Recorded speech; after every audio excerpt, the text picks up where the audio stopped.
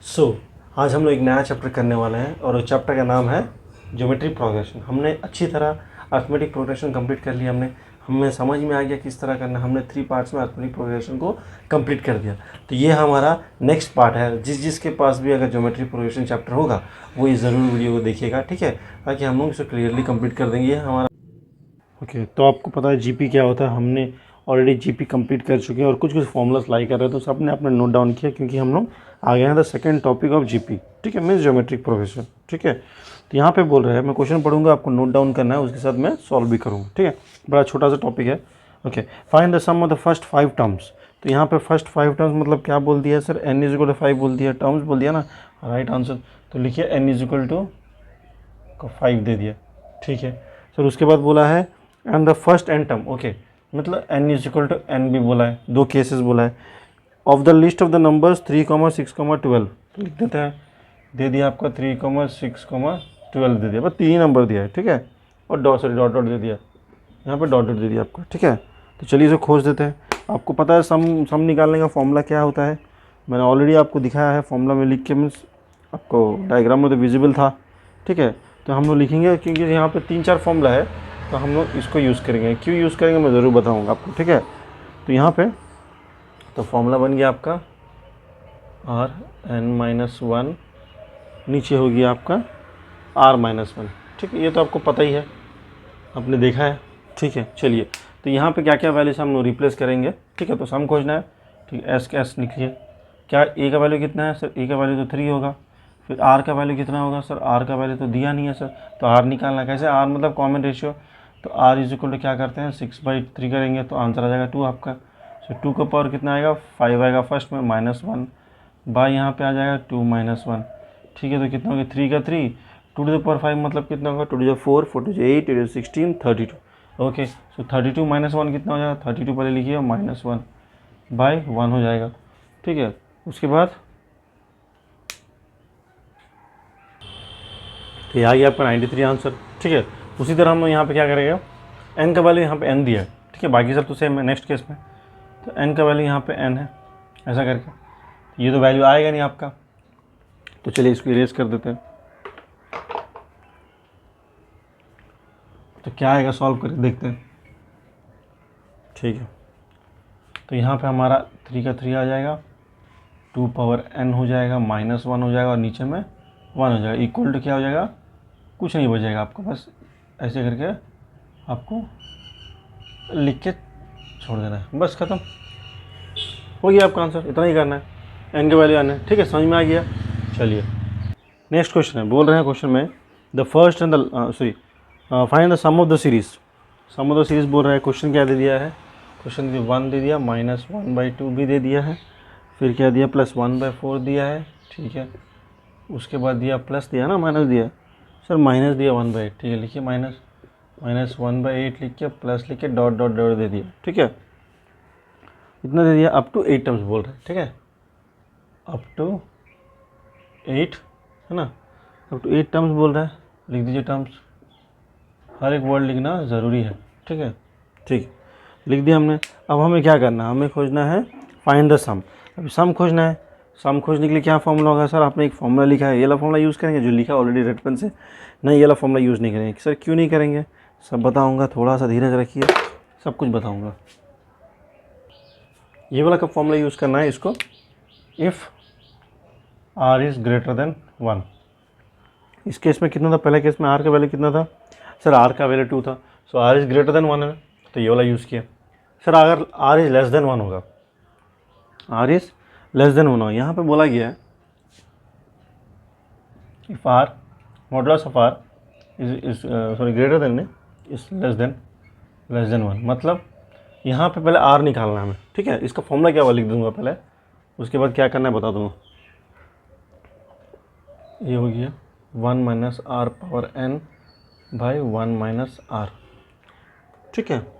अब ये कब यूज़ करना है, कैसे पता चलेगा, तो पहले r का वैल्यू चेक किया, r के हिसाब से डिसाइड होगा। तो r कैसे निकालना है सर, r तो निकालना है आपका r इज इक्वल टू -1/2/1, ऐसे कुछ निकालना है, ऐसे कुछ निकालना है, हाँ ऐसे निकालिए, फिर क्या हो जाएगा, तो r इज इक्वल टू -1/2 हो जाएगा, ठीक है। तो r का वैल्यू आ गया। अब r इज़ ग्रेटर देन 1 कभी नहीं हो सकता, क्योंकि आर तो माइनस में ग्रेटर देन होगा नहीं। पहला कंडीशन कैंसिल, सेकंड कैंसिल है, मॉडुलस में रखना है, मतलब आर का अंदर आर है ना, ऐसा करके है, इस लेस देन ऐसा करके लिखिए, ठीक है। तो ऐसा फिर से लिखिए, ठीक है। आर का वैल्यू कितना है, -1/2 लिखिए, ठीक है। अब इसका मतलब क्या है, इसका अंदर जो भी वैल्यू होगा वो प्लस हो जाएगा, तो अभी क्या हो जाएगा फाइनल वैल्यू, ऐसा कुछ आ जाएगा आपको, ठीक है, ऐसा कुछ आ जाएगा आपको, ठीक है। तो अभी क्या हो गया, इसका वैल्यू कितना हो गया, 0.5 इज लेस देन 1, कंडीशन एकदम राइट है, तो मतलब ये वाला फॉर्मूला यूज़ करना है अभी, ठीक है। तो ये कंडीशन मैं बता रहा हूँ कैसे यूज़ करना है, ठीक है।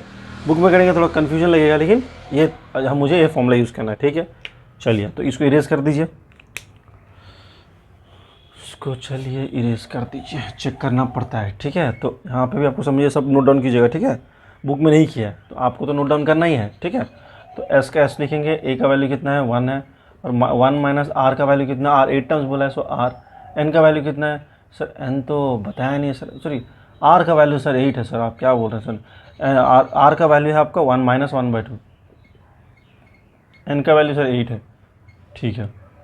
तो ये कितना ब्रैकेट हो गया, बिग ब्रैकेट कर दीजिए, दो ब्रैकेट सिमिलर है ना, कर दीजिए, बाय 1 - 1/2, यही होगा वैल्यू, ठीक है। ऐसे ऐसे प्लेस करना है, ठीक है। सॉल्व कर दीजिए, आपको सॉल्व करने से आंसर आएगा आपका, तो सॉल्व करना है, ठीक है। 255 बाई कितना आ गया आपका 384 सॉल्व कीजिएगा, सिंपल है। इसको 8 टाइम्स कीजिएगा, ठीक है। ये माइनस इसके ऊपर भी है, इसके ऊपर भी है, तो आपको आता ही ऑलरेडी, सब छोटा छोटा चीज़ बताना क्या आपके लिए, ठीक है, सब आपको आता है। चलिए सॉल्व कीजिए, आंसर आ जाएगा आपका। तो आपका नेक्स्ट क्वेश्चन है, बोल रहे हैं क्वेश्चन में, the first term and the last term of GP, first term and the last term of an GP is 3 and 96, ठीक है। If the common ratio is 2, common ratio 2 है, तो what we have to find out, हम लोगों को बोल रहा है you have to find out the n of the means number of terms of the GP, तो हमें एन फाइंड आउट करना है, ठीक है। तो एन फाइंड आउट करना, आपको पता है क्या फॉर्मूला यूज़ करना है, यहाँ पे तो लास्ट टर्म दे दिया, इसके हिसाब से सम नहीं दिया ना, सम नहीं दिया तो हम सम का फॉर्मूला कैसे यूज़ करेंगे, तो लास्ट टर्म वाला फॉर्मूला यूज़ करेंगे। अब लास्ट टर्म वाला फॉर्मूला क्या है, sum equal to L is equal to क्या होगा, L is equal to a r n -1, ये है कुछ फॉर्मूला, ऐसा कुछ फॉर्मूला है, हाँ सर ऐसे ही है सर। तो बस आपको वैल्यू पुट कर दिएगा, लास्ट टर्म दे दिया, हाँ सर लास्ट टर्म कितना दे दिया 96 दे दिया, ठीक है। ए का वैल्यू कितना है सर, ए का वैल्यू 3 है, आर का वैल्यू कितना सर 2 है, और एन नहीं पता है सर -1, ठीक है। तो सॉल्व कीजिए, इसके बाद क्या होगा, ये 3 तो इसके नीचे चल जाएगा, तो 96/3 is equal to 2 power n - 1 हो जाएगा। अब ये सॉल्व कीजिए, कितना आ जाएगा आपका 32 is equal to 2 power n - 1। अब इसे सॉल्व करना आता है आपको, यहाँ पर दिखा देते हैं। सो 32 यहाँ पर प्लेस है ना, 32 okay equal to 2 power n हो गया, मल्टीप्लाई 2 पावर -1 हो गया ना, अलग कर देना है, एक्सपोनेंशियल पावर जैसा होता है, ठीक है। सो यहाँ पे ये क्या हो जाएगा, 32 is equal to 2 power n, ये मतलब माइनस है तो प्लस नीचे हो जाएगा, प्लस हो जाएगा। अब ये क्रॉस मल्टीप्लाई हो जाएगा, 32 multiply 2 equal to 2 power n। अभी सबको बेसिस में 2 पावर कन्वर्ट करना है, 2 कितना हो जाएगा, 2 to the power 5 हो जाएगा, 2 to the power 4 2 to the power 8 16 32, ठीक है, इंटू 2 है इज इक्वल 2 पावर n, है ना। इसका वैल्यू इतना होता है प्राइम फैक्टराइजेशन, तो क्या हो गया 2 पावर, यहाँ 5 + 1 6 हो गया इक्वल 2 पावर n। सो n का वैल्यू कितना आ गया सर, n का वैल्यू आपका आ गया 6, बड़ा सिंपल क्वेश्चन था, ठीक है। n का वैल्यू आपका 6 है, बड़ा इजी क्वेश्चन चैप्टर है, ठीक है, टॉपिक है, सॉरी।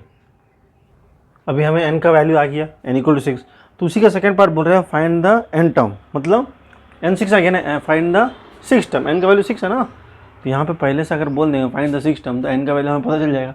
तो सेकंड पार्ट में बोल रहे हैं फाइंड द n टर्म, तो n यहाँ पे 6 आ गया, चलिए n अगर 6 आ गया, ठीक है, r का वैल्यू भी हमें पता है, तो क्या हो जाएगा n इक्वल टू कितना, यहाँ पे 6 है, तो n इक्वल टू 6 है, r का वैल्यू कितना है, हमें r निकाले थे ना, r निकाल दिया था 2 है, और लास्ट टर्म या फिर nth term is equal to 96 दिया था, ठीक है, इतना सर हमें पता था, हाँ सर ये वैल्यूज हमें पता था, ठीक है। तो हमें क्या निकालना है, हमें सम निकालना है, हमें क्या निकालना है, सम निकालना। अब आ जाइए फिर से सम में, तो सम में फिर से दो फॉर्मूला से कौन सा यूज़ करें, कैसे पता चलेगा, आर से फाइंड आउट करेंगे, इस फॉर्मूला का यूज़ करना पड़ेगा क्योंकि आर इज़ ग्रेटर देन 1, ये कंडीशन है, ठीक है। तो यहाँ पे हमारे पास क्या क्या वैल्यू है, यहाँ पे सम निकालने के लिए क्या हमारे पास ए इक्वल टू 3 भी है, ठीक है, मैंने लिखा नहीं, ओके 3 लिखिए, इंटू आर का वैल्यू 2 है, एन का वैल्यू कितना है, आंसर 6 - 1 हो गया, बाई आर का वैल्यू कितना है सर 2 - 1 है, ठीक है। तो यहाँ पे सॉल्व कर लीजिए, 3 का 3 2 to the power 5 हो जाएगा आपका, यहाँ पे 1 हो जाएगा, सॉल्व करने से आपका आंसर भी आ जाएगा, ठीक है। चलिए नेक्स्ट केस, अब ये है आप सीरीज़ दे दिया, ठीक है, ये सब आपको बाद में काम आएगा, सर बोलेंगे ये सब कहाँ पे काम आएगा, जब कॉम्पिटिटिव एग्जाम लिखने जाएंगे ना, ये सब क्वेश्चंस फिर से आपको वहाँ पे देखेगा। अगर आपका कॉन्सेप्ट सही है तो आप यूज़ कर लेंगे और सही से बना लेंगे, नहीं तो क्या करेंगे, कोई गाइड खरीद लेंगे। ठीक है। अब यहाँ पे बोल रहा है find the sum of the series, दे दिया है, ठीक है, सम निकालना है सीरीज़ का। तो सम निकालना है तो पहले आर से डिसाइड करना पड़ेगा, तो आर निकालने के लिए बाकी सब निकाल लीजिए। उसके बाद डिसाइड किया सम किसके लिए। सो ए इज इक्वल टू आपका हो गया 2/9 सब फर्स्ट वाला, ठीक है। फिर आर निकालना, आर इज इक्वल कैसे करेंगे सर, 1/3/2/9 ऐसे करेंगे, तो हो जाएगा आपका 1/3 मल्टीप्लाई 9/2। सो 3 या 9, सो आंसर आ गया आपका 3/2। सो आर का वैल्यू 3/2 आ गया। सर लास्ट टर्म भी दिया, सो ए एन दे दिया या फिर लास्ट टर्म दे दिया कितना है 81/32 भी दे दिया है, ठीक है। इतना सारा वैल्यूज़ दे दिया। अब हमें डिसाइड करना है आर के पॉइंट ऑफ व्यू से कौन सा फॉर्मूला यूज़ करना है। तो आर के पॉइंट ऑफ व्यू से क्या आ गया फॉर्मूला, 3/2 मीन्स यहाँ पे आपका आएगा सॉल्व करने से 1.5, so greater than r. So r is greater than 1 ना, तो आर इज़ ग्रेटर देन 1 हो रहा है, यहाँ पे आर इज़ ग्रेटर देन 1 हो रहा है ना। तो क्या फॉर्मूला यूज़ करेंगे बताइए, बोलिए क्या फॉर्मूला यूज़ करना है, आपको तो पता है क्या फॉर्मूला यूज़ करना है, चलिए लिख दीजिए। सो यहाँ पे सम का फॉर्मूला होगा sum is equal to a bracket में आर एन माइनस 1, यहाँ पे आ जाएगा आर माइनस 1, ठीक है। अब चलिए देखते हैं क्या क्या फॉर्मूला हम लोगों के पास है, ठीक है। ए का वैल्यू है, हाँ सर ए है, आर है, एन है सर, एन तो बताया नहीं है सर, तो एन तो आपको फर्स्ट और खोजना पड़ेगा, एन अगर नहीं खोजेंगे तो नहीं होगा। सर ये दिया, ये तो लास्ट टर्म है, एन तो नहीं दिया आपको, तो सबसे पहले आपको एन फाइंड आउट करना पड़ेगा। अगर एन मिल गया तो आपको एन मिल गया तो आपको सम भी आंसर आएगा, क्योंकि सम करने के लिए आपको एन चाहिए। और ये फॉर्मूला कैसे हुआ पता है ना, यहाँ पे आर इज़ ग्रेटर देन 1 हो गया, मतलब ये फॉर्मूला यूज़ करना पड़ेगा, ठीक है। माइनस में आएंगे तभी वो बार वाला करेंगे, ठीक है, समझ में। चलिए पहले खोज देते हैं आपका एन, और यहाँ पे आपका आर का वैल्यू कितना दिया है, आर का वैल्यू दिया 3/2, और एन तो हमें फाइंड आउट करना है, तो लिख दीजिए n-1, ठीक है। अभी इसको कैसे लिखेंगे, टू के फॉर्म में, ये तो उस तरफ चल जाएगा, ठीक है। 81/32 उस तरफ यहाँ से रेसिप्रोकल हो जाएगा, है ना, बाई 2 इज इक्वल टू क्या हो जाएगा आपका 3/2 पावर n-1, ठीक है। इस तरह का सम हमने बहुत सारा सॉल्व किया है, तो इससे हमें समझ में आ गया कि हमें प्राइम फैक्टरेशन निकालना पड़ेगा, ठीक है। तो 81 2 3 9 9 3 27 27 4 कितना हो जाता है, 81 ही होगा ना, 9 9 3 पावर 4 हो जाएगा ना, 4 ही होगा मेरा ख्याल ना, 3 पावर 4 ही होगा, ठीक है। यहाँ पे 3 पावर 2 पावर 32 ना, 2 पावर 5 हो गया, ठीक है। 2 पावर 5 ही होगा ना आपका, हाँ सर 2 पावर 5 होगा, और इसका वैल्यू 3 पावर 2 होगा, हाँ सर इसका वैल्यू 2 पावर 1 होगा, इक्वल टू 3/2 है, और ऊपर में n-1 है, ठीक है, बढ़िया। अब यहाँ पे 3 2 उठाया तो 4 + 2 हो गया, ठीक है। उसके बाद यहाँ पे हो गया आपका 2 पावर 5 + 1 हो गया, इक्वल टू 3 पावर ऐसा हो गया n-1। ये सॉल्व कीजिए चलिए, तो क्या होगा 3 पावर 6, नीचे हो गया आपका 2 पावर 6 इज इक्वल टू 3/2, और यहाँ हो गया n-1। अभी बेसिस सेम हो गया तो ठीक है, 3/2 कीजिए, और यहाँ पे 6 लिखिए, और यहाँ पे भी 3/2 कीजिए, यहाँ n-1 कीजिए, तो 6 इज इक्वल टू n-1 हो गया। तो n का वैल्यू हो गया आपका 7, लीजिए आइए आंसर, समझ में आया। तो n का वैल्यू हम ऐसे निकाल दिया। अब फाइंड आउट तो n नहीं करना था, फाइंड आउट हमें सम करना था, चलिए सम में करते हैं। तो आपके पास n भी आ गया, r भी आ गया, सब कुछ है, तो प्लेस कर दीजिए। a का वैल्यू कितना है आपका सर 2/9 है, r का वैल्यू कितना है सर 3/2 है, n का वैल्यू कितना है सर 7 आ गया सर, तो यहाँ पे 7-1 है ना, ऐसे होगा ना कुछ गलती कर रहे हैं सर, आप तो गलती लिख रहे हैं, 7-1 नहीं होगा सर, यहाँ पे होगा, पावर में नहीं है -1, यहाँ पे वही मेरे को थोड़ा कन्फ्यूजिंग लग रहा था, ठीक है। तो यहाँ हो जाएगा 3/2 -1, ठीक है। अब जब सॉल्व करेंगे आंसर क्या आएगा, बोलिए आंसर क्या आएगा, इसका आंसर आपका आएगा कितना, बोलिए सॉल्व करके बताइए मेरे को आंसर कितना आएगा, उसके बाद मैं लिख दूंगा आपका आंसर क्या आ रहा है, ठीक है। तो बताइए आंसर कितना आ रहा है, उसके बाद यहाँ पे आप आंसर को फिल करेंगे, ठीक है, ये आपका काम है। अगर कमेंट बॉक्स ओपन रहता है तो यहाँ पे आंसर आपको लिखना है, ठीक है, अगर ओपन रहता है तो, ठीक है, मैं ओपन करके रखूँगा आपके लिए, देखते हैं कितने जन कमेंट करते हैं, ठीक है। चलिए आपका यहाँ पे नेक्स्ट क्वेश्चन में बोल रहा है the sum of some terms of the GP, sum terms, sum है उसका। अब सम टर्म्स कितना टर्म्स किसी को पता नहीं, तो सम बोल रहा था मुझे पता है, सम इज इक्वल टू कितना हो जाएगा 315 बोल रहा है question. The sum of some terms of a GP is 315, series है, उसको ऐड करने के बाद आपको 315 है, सम तो ऐसे निकालते हैं, ऐसे निकाल के, ठीक है। उस first term and the common ratio is 3 and 5 and 2, मतलब फर्स्ट टर्म दे दिया है आपका 5, कॉमन रेशियो 2 दे दिया, तो ये तो हमें पता है कैसे लिखना पड़ता है, लिख दिया हम, ठीक है। चलिए अब क्या निकालना है, find the last term and the number of terms, ठीक है। चलिए फॉर्मूला लिखते हैं, उसके हिसाब से डिसाइड करते हैं क्या करना है करके। तो यहाँ हमें फाइंड आउट करने बोला है लास्ट टर्म, है ना, लास्ट टर्म फाइंड आउट करने बोला, और आपका नंबर ऑफ टर्म्स भी फाइंड आउट करने वाला, ठीक है, लिख दिया, बढ़िया। तो यहाँ पे आपने देखे होंगे, ठीक है, कुछ फॉर्मूला लाई कर, एस का वैल्यू यहाँ पे 4 वैल्यूज है, 5 वैल्यूज दिखा आपको, ठीक है। तो अब क्या यूज़ करना है, अब देखिए यहाँ पे क्या खोजना है, आपका एन खोजना है। अगर हम नॉर्मल फॉर्मूला यूज़ करेंगे जहाँ पे आर वैल्यू 2 है, आर इज़ ग्रेटर देन 1 हो गया, तो उसके हिसाब से आप क्या यूज़ करेंगे सर, एस इज इक्वल ये वाला यूज़ करना है sir, r n - 1 by r -1, sir यही फॉर्मूला यूज़ करेंगे। हाँ, आपका पॉइंट ऑफ व्यू से एकदम सही है ला, ओके। तो इसके हिसाब से आप बोल रहे हैं ये वाला वैल्यू पुट करना है, क्योंकि आर ग्रेटर देन 2 है, ठीक है। तो ये वाला फॉर्मूला यूज़ करेंगे, चलिए यूज़ कीजिए।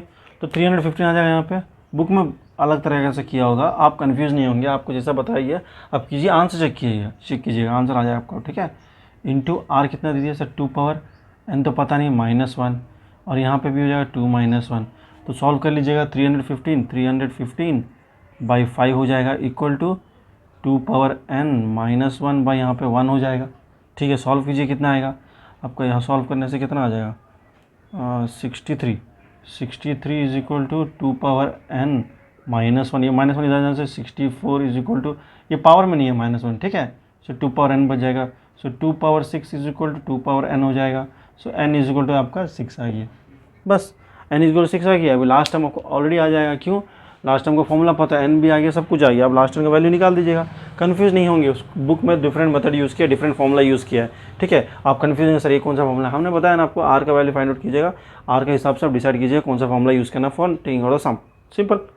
नेक्स्ट, अब एक छोटा सा कॉन्सेप्ट है, ठीक है, क्योंकि जो क्वेश्चन कराने जा रहा हूँ, ठीक है, आपको उसके लिए इसको समझना पड़ेगा, ठीक है। अगर यहाँ पे बोलता है कि फाइंड द सेकेंड टर्म, ठीक है, फाइंड द सेकेंड टर्म, तो यहाँ पे बोला है फाइंड द सेकेंड टर्म, ठीक है। तो n का वैल्यू कितना सर, n का वैल्यू 2 है, सो इसे पुट कीजिएगा, सो ए n या फिर लास्ट टर्म इसको यहाँ पर 2 ना, सॉरी सेकेंड टर्म, ओके, इसको क्या हो जाएगा, a का a हो जाएगा, r का वैल्यू पता नहीं है, ठीक है, सो 2 - 1 हो जाएगा, सो a और 2 बाई l और a पावर r हो जाएगा, 2 - 1 r हो जाएगा, ओके। सर ये तो बता दिया आपने, फिर से एक बार देख लीजिएगा, आपको कुछ समझाना है मुझे। अगर यहाँ बोलता है फाइंड द थर्ड टर्म, ऐसा बोलता है थर्ड टर्म, तो यहाँ पे कितना हो जाएगा सर, 3 - 1, यहाँ पे 2 हो जाएगा। यहाँ पे बोलता है find the fourth term, sir यहाँ पे 4 - 1 हो जाएगा सर, 3 हो जाएगा, ये तो पता ही है सर। अगर यहाँ बोलता है फाइंड द फर्स्ट टर्म, तब क्या होगा सर, यहाँ 1 - 1 0 हो जाएगा, 0 हो जाएगा सर, 0 से क्या हो जाएगा a1 ना, a1 by l is equal anything तो पर 0 1 हो जाता है, तो आंसर सी पे आएगा, ठीक है। अगर फर्स्ट टर्म बोलता है तो a आएगा, सेकंड टर्म बोलने से क्या आएगा, ए आर आएगा, थर्ड टर्म बोलने से ए आर स्क्वायर आएगा, है ना, ऐसे ही आएगा, ये तो समझ में आ गया, ठीक है। चलिए इसको लेके क्वेश्चन बनाएंगे। तो क्वेश्चन है, यहाँ बोल रहा है आपको the sum of the first 3 terms, देखिए sum of the first 3 terms, तो क्या होगा फर्स्ट 3 टर्म्स, ये हो गया आपका फर्स्ट टर्म हो गया, ठीक है, ये हो गया सेकंड टर्म हो गया, ये हो गया आपका थर्ड टर्म, ये तो समझ में आ गया। Sum of the first 3 terms of an GP 16, तो इसका वैल्यू कितना आ गया हमको 16 दे दिया, तो ये तो समझ में आ गया, अभी मैंने आपको एक्सप्लेन किया था, ठीक है, पूरा करने की कोई ज़रूरत नहीं, ठीक है, लेकिन उसको लिखिएगा ज़रूर उसके हिसाब से, तभी आपको समझ में आएगा कॉन्सेप्ट, ठीक है। Next, and the sum of the next 3 terms is 120 है, sum of the next 3 terms बोल रहा है, sum of the next 3 terms क्या होगा सर, यहाँ पे तो 1 2 3 हो गया, तो मतलब 4 5 6 होगा, हाँ 4 5 6 होगा, तो 4 5 6 में क्या होगा, 4 हो गया, ये हो गया 5th टर्म, ये हो गया 6th टर्म, ऐसे होगा ना, है ना। 4 5 6 में एक आर में तो वैल्यू कम होगा और कुछ नहीं, इसका वैल्यू 128 दे दिया है, चलिए लिखिए 128, ठीक है। तो हमें खोजना क्या है, तो हमें यहाँ पे बोल रहा है find the first term, common ratio and the sum of N terms, ठीक है। फर्स्ट टर्म खोज लेंगे, कॉमन रेशियो खोज लेंगे, फाइंड द एन टर्म भी खोज लेंगे। चलिए पहले इसको सॉल्व कर लें, कैसे सॉल्व करेंगे इसको देखिए कॉमन सब में ए दिख रहा है, ठीक है, तो अगर मैं इसमें बीच में कर देता हूँ, ए दिखता तो क्या 1 + r बच गया, यहाँ पे r² इज इक्वल टू 16 है, ठीक है। तो इसके हिसाब से इसी को सॉल्व करते हैं, ठीक है।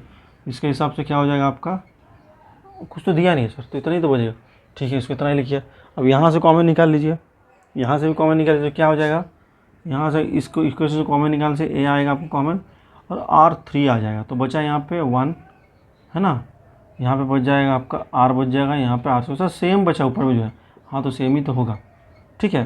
तो यहाँ पे सेम दिख रहा है आपको, तो ठीक है। क्या मैं इसको ऐसा लिख सकता हूँ, ये चीज़ को, इसको इक्वेशन नंबर 2 को, तो यहाँ पे R³ थोड़ा बाहर लिख के ए लिख के रीअरेंज कर रहा हूँ।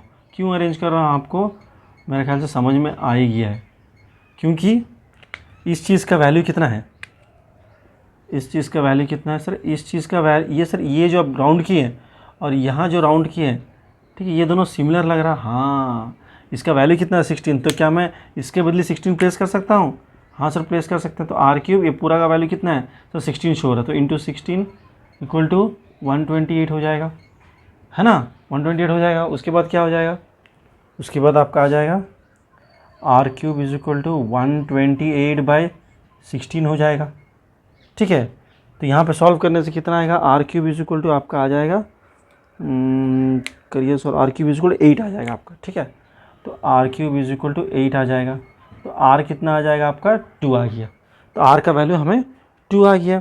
उसके बाद क्या करना है, उसके बाद हमें क्या करना है, हमें आ गया कॉमन रेशियो आ गया, ए निकल जाएगा आराम से, किसी भी एक वैल्यू में पुट कीजिएगा, किस में करना है पुट बोलिए। तो यहाँ पे इतना सारा इक्वेशन है, किसी एक में पुट कर दीजिए, जैसे इसका वैल्यू है या फिर इसमें ये सिंपल होगा हमारे लिए, ठीक है, तो इसको पुट कीजिएगा इसमें। तो R का वैल्यू 2 आ गया, ठीक है। ए का ये होगा 1 + 2 + 2 टू 4, 4 इक्वल टू 16, ठीक है।